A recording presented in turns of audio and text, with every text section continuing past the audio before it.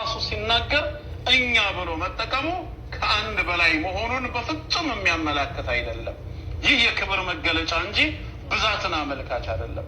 እንዴት ያንን ልትረዱ ቻላችሁ ካሉን አሳማኝ ምክንያቶቻችንን ከዚህ ቀጥለን ነው የምናቀርበው።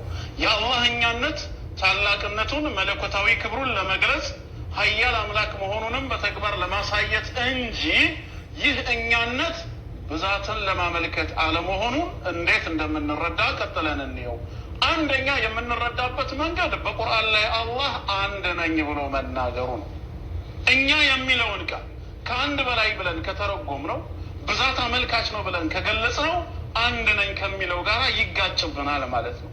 አላህ አንድ መሆኑን ካስተማረን እዚህ ጋር መጥቶ እኛ ብሎ የሚናገር ከሆነ እኛነቱ የክብርና የታላቅነት መገለጫ ነው የሚሆነው። ምክንያቱም እኛነቱ የብዜት ከሆነ ብዜትና አንድ ምንም ስምምነት ስለሌላቸው አንድ መሆኑን ባልነገረን ነበር።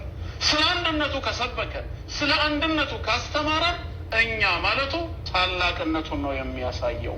የቱ ጋ ነው አንድ መሆኑን የተናገረው ካሉ በቁርአን ውስጥ 22 ቦታ ነው የተናገረው። በቀጥታ ማለት ነው።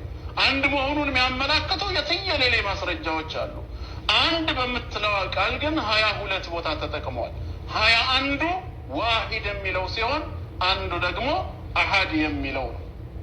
ምሳሌ ሱረቱል በቀራ ቁጥር 123 ላይ በሱረቱል በቀራ ምዕራፍ 2 ቁጥር 163 ይቅርታ በ163 ላይ ወኢላሁኩም ኢላሁ ዋሂድ ላ ኢላሃ ኢላ ሁወ አርረሕማኑ አርረሒም ወኢላሁኩም ኢላሁ ዋሂድ አምላካችሁ አላህ አንድ አምላክ ብቻ ነው ያለው።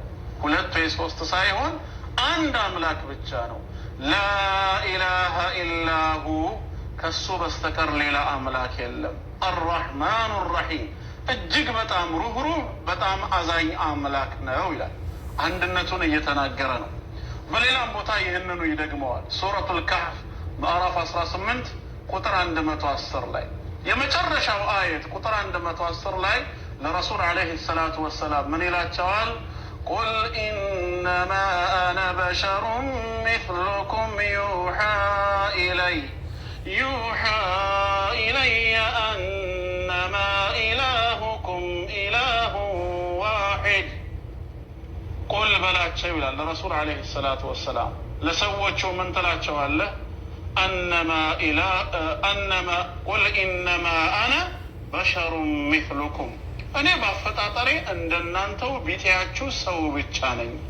ከሌላ ፕላኔት ወይ ከሌላ ዓለም የመጣው ሌላ ፍጥረት ሳልሆን በአፈጣጠሬ እንደናንተው ሰው ነኝ። ነገር ግን የሚለየኝ ምንድን ነው?